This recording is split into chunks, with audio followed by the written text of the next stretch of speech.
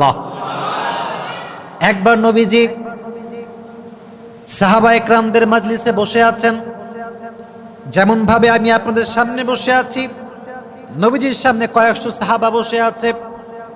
একজন যুবক সাহাবা এসে বলল, ইয়া রাসূলুল্লাহ, ইয়া হাবিবাল্লাহ, মান তুহিব্বু আকসার, who do you love most? নবী হে, আপনি সবচেয়ে বেশি কাকে ভালোবাসেন?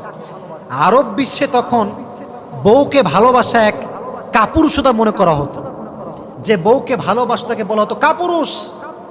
তৎকালীন সময়ে প্রথার মাঝখানে নবীজি সমস্ত প্রথাকে ভেঙে দিয়ে সবার সামনে বললেন, সাহাবা একরাম শোনো, উহিব্বু আয়েশাতা আকসার, আমি নবী আমার স্ত্রী আয়েশাকে সবচাইতে বেশি ভালোবাসি। সুবহানাল্লাহ পড়েন। আমি আমার বউকে সবচাইতে বেশি ভালোবাসি। দেখছেন কত সুন্দর হাদিস, সবার সামনে ওপেনলি বলছে আমি আমার বউকে বেশি ভালোবাসি। এক নাম্বার হাদিস।